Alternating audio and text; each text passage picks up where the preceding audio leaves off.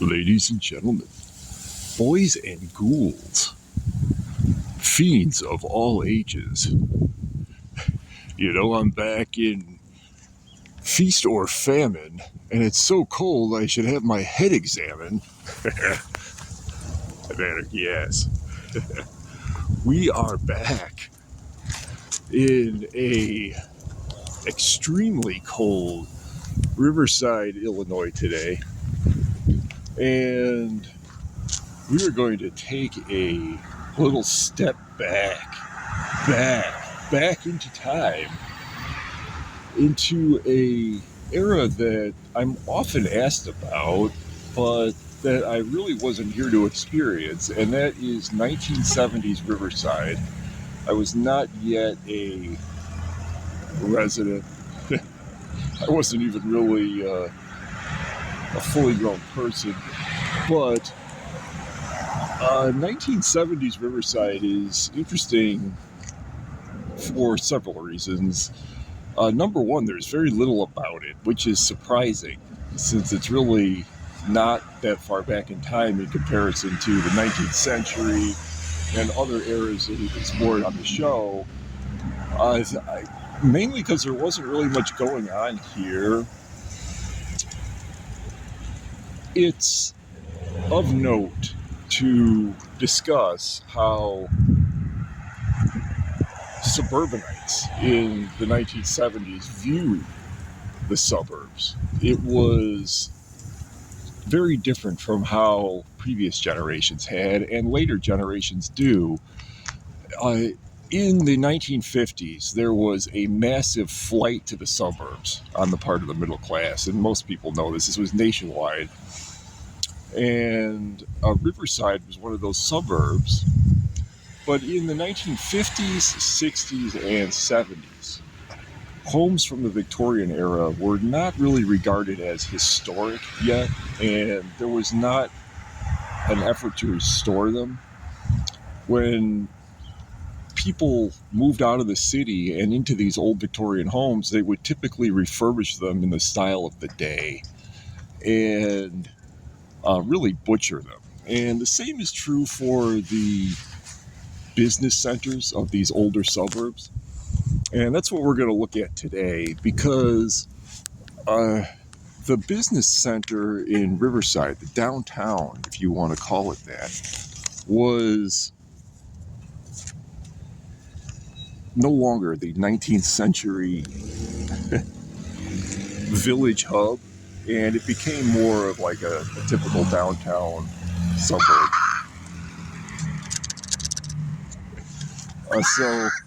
Yeah.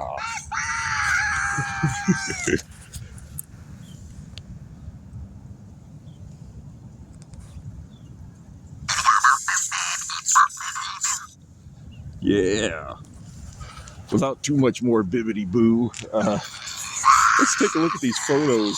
These photos are strange also because they are black and white, and obviously color film was plentiful in the 1970s, but these are not color, even though they are from the 70s. And we're going to do a little photo comparison. The first thing I want to look at is this.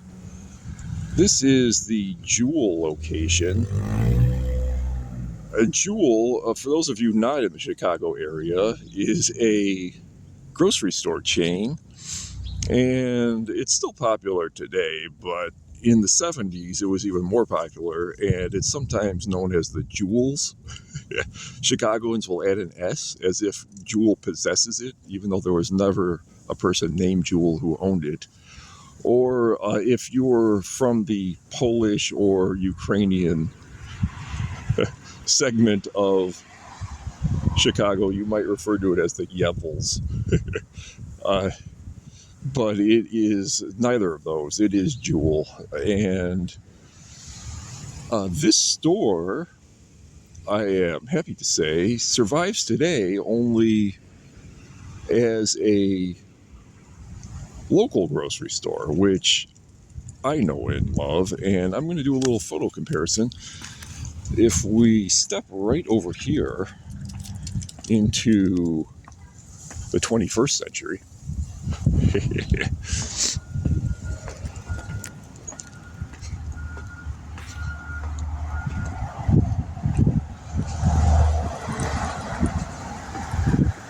these lovely planters, always the hallmark of the failing downtown.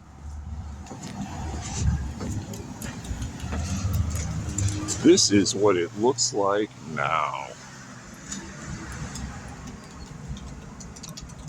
This is Riverside Foods. You can see how the stone facade on the left has been painted over.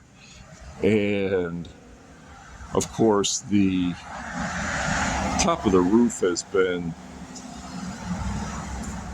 changed, as has the front where the Riverside Food sign is now. It's almost a kind of stucco. But in the 70s, it was these very distinctive tiles that all the tops of the jewel had. These were white. The letters were orange, if you can envision that. And this is from the late 70s. This is from 1978, approximately. 1978. Present day. Notice also how the entrance on the left has been added. In the 70s, that was just an overhang and was not an entrance, whereas now it's part of the indoors. You can see that right over here by this lovely car that's in the photo, and is really indicative of 1970s pre-gas crisis cars. Just a big old boat gas guzzler of a car. But you can see how right by the hood of the car, it's all completely open air, whereas now it is enclosed. 1978. Present day. Notice also the absence of the fire hydrant that was there. And the addition of these trees. As I said, there was this belief that if you just added foliage to a downtown, it would make it more appealing and people would somehow want to shop there. They didn't have that attitude in the 70s.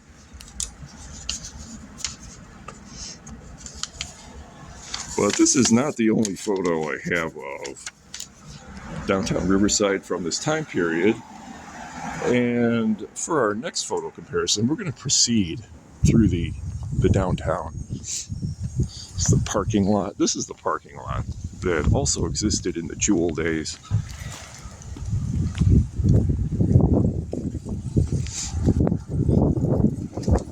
This is Burlington in Riverside, for those of you who like to visit the locations.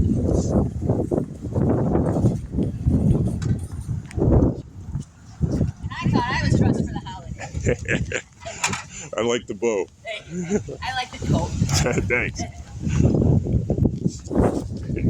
like it too.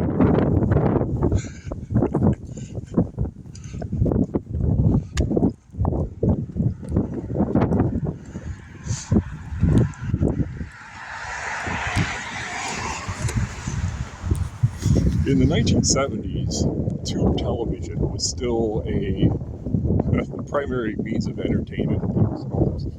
And if we step over here, we're going to take a look at this building. And you can see how now it's a pancake house and something on the left. You can see that little alley on the left. But in the 70s, it was a TV repair shop and a gift card shop. And it looked like this. There's even some people in 1970s attire entering the Tower greeting card shop,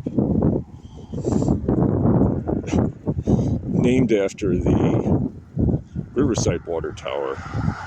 You can see this wonderful little alley on the left that's still there. 1978. Present day.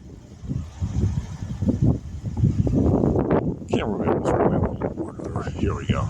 This is more of a accurate shot. 1978. Present day. As if it's not cold enough out here, the wind really just has to bother these pigs.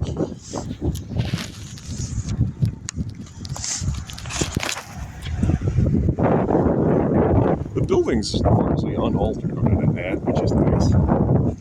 And you can see the close proximity to the tower. Oh, this wind is just hitting me right in the face. I almost want to extend my goggles.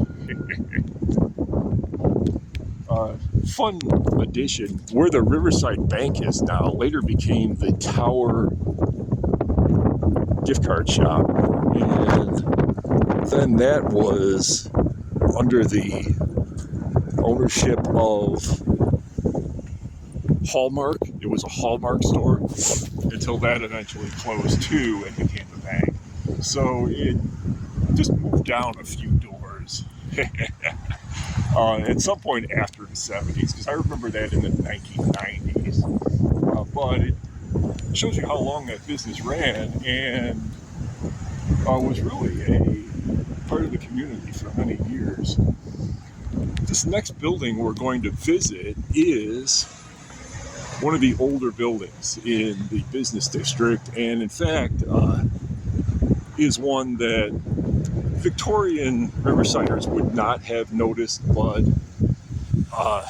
definitely Edwardian era or First World War, which is when a lot of the apartment buildings were built in Riverside.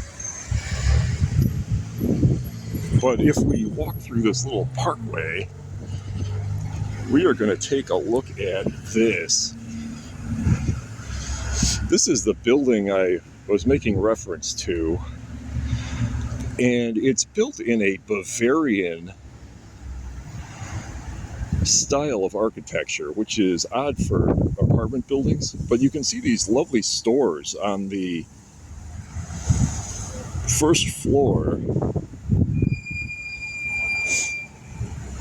One is a jewelry store, and another is a laundromat. Both are long gone. And of course, you can see another one of these lovely 70s boat cars. Look at the garbage can next to the mailboxes, which is really not historic at all. You can really get a good look at that house off in the right that are all, well, the garbage can isn't, but the rest of it is all still there. If we look at 1978 and then take a look at present day. I think we're going to move a little bit closer, because I think the cameraman was right about here. And my camera has a little bit of a better scope than they did back in the 70s. But look at that house on the right. That is a house that predates the building, I want to say, by not much, but just enough.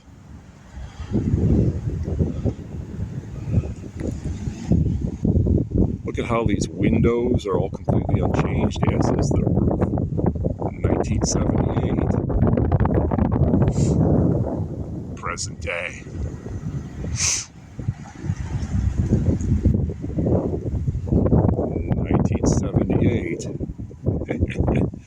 The house is really altered. I